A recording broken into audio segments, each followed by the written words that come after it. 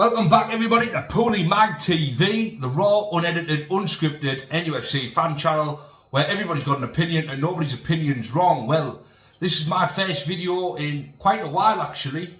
I've been full of cold, didn't really want to fancy doing a video when I'm spluttering and coughing and things like that. And sometimes life gets in the way. YouTube isn't my full-time job, it's just a hobby. So it's not something I can viably do every day, but I can try and bring as much content as I possibly can to you moving forward. So, just before I do start the video, if anybody does like the channel, my usual watch time's about a minute and a half on these videos, so if anybody does like the channel, just give it a share on your socials. I don't have social media for personal reasons. I got rid of Facebook quite a while ago, and I don't have Snapchat or anything like that, Instagram. But if anybody does like the channel and they want to share it, that would be great. I think the channel has the ability to grow. I think it has it's a really good opportunity for people to just link in, like-minded Newcastle fans to link in and have a chat. I know you do on the bigger pages, so why not on this page?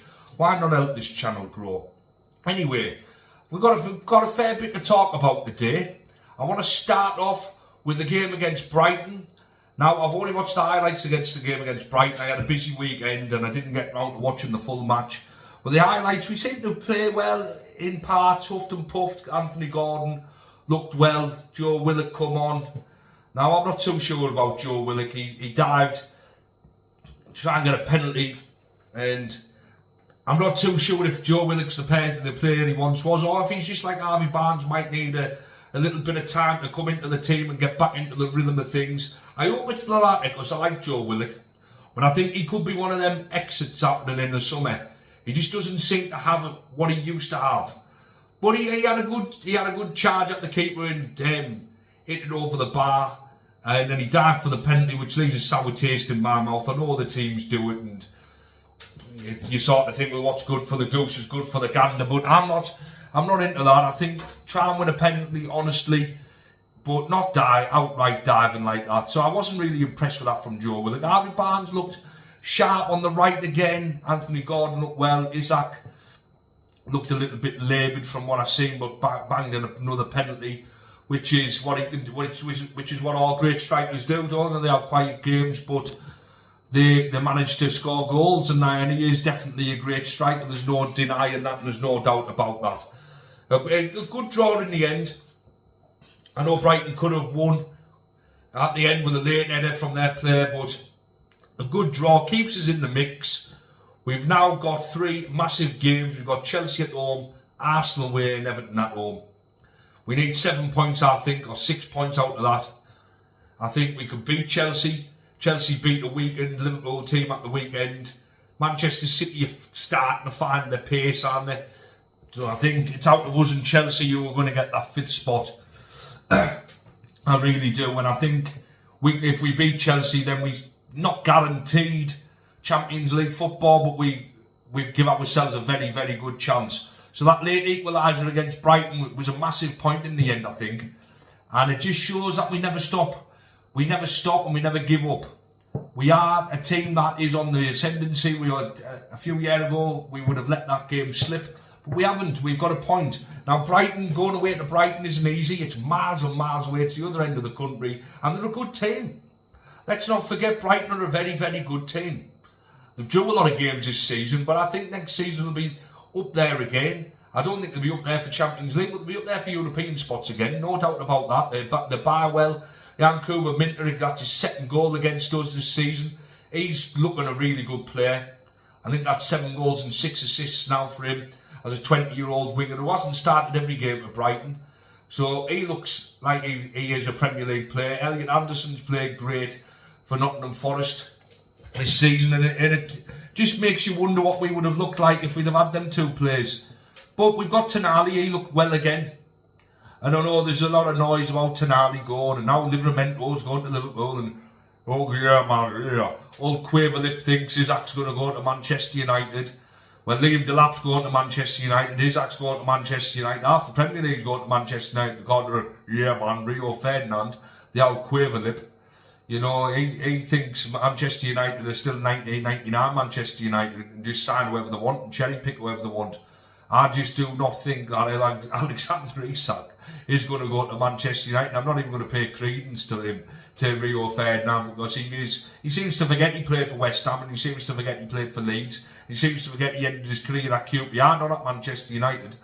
You know, obviously his best spell as a player was at Manchester United, but you'd think that was the only thing. You'd think he was a Gary Neville. You'd think he was a one-man club, when he's not.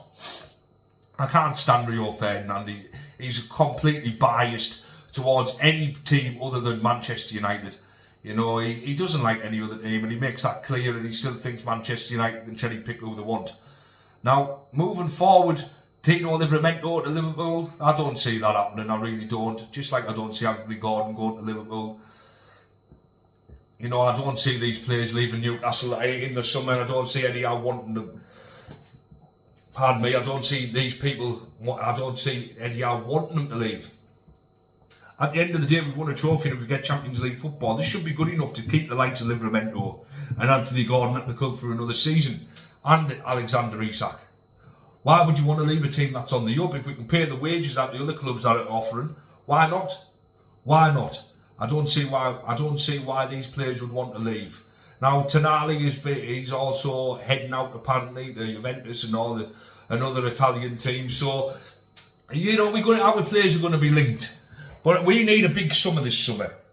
We need a big summer. Now, Liam Delap, he keeps getting mentioned. £30 million from Ipswich, the release clause. Now, Liam Delap's had a really good season for Ipswich, but can he do it for a better team?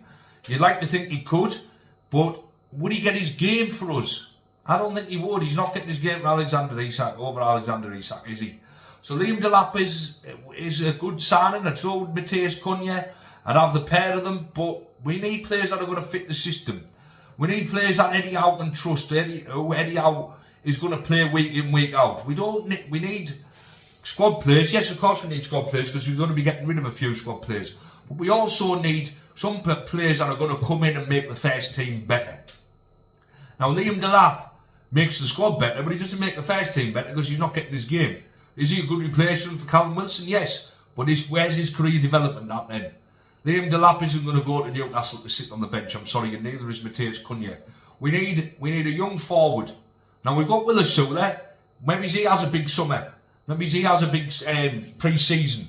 And we put our faith in him to be our number 2. But if we're going to go into Champions League, we need a third forward. Simple as that. We need a third forward. Now, who would we have? Who would you have? Who would you have for us moving forward? Who's going to take that place? I know that we were linked with the Strasbourg striker. I forgot his name, but we were linked with him the other week. Now, he looks like he can find the back of the net, but that's in France, isn't it? You know, I don't know. It's an hard one when you've got that good of a number 9. You know, that good of a forward. It's really hard then to bring somebody else in because nobody's going to want to sit on the bench. Nobody wants to sit on the bench unless you probably at the end of your career and you're quite happy to just play second part or second fiddle. Nobody wants to sit on the bench. You're not going to leave Strasbourg when you're playing every game and scoring goals to then go to Newcastle and be happy to play 6 games next season. That's not happening, is it? You know, it's going to be a strange old summer, but it's a summer where we need to bring in some big players. What positions do you think we need? We definitely need a right back because Kieran Trippier, although he's been doing really well, I know Livramento's played great on the left, so maybe that might be his position. Where's Lewis Hall going to play next summer? Where's he going to play next season? You know, we do need another right back. We need another centre back. We need another centre mid unless Lewis Marley's going to step up to the plate. We need a right winger. Unless he chooses to play Harvey Barnes on the right.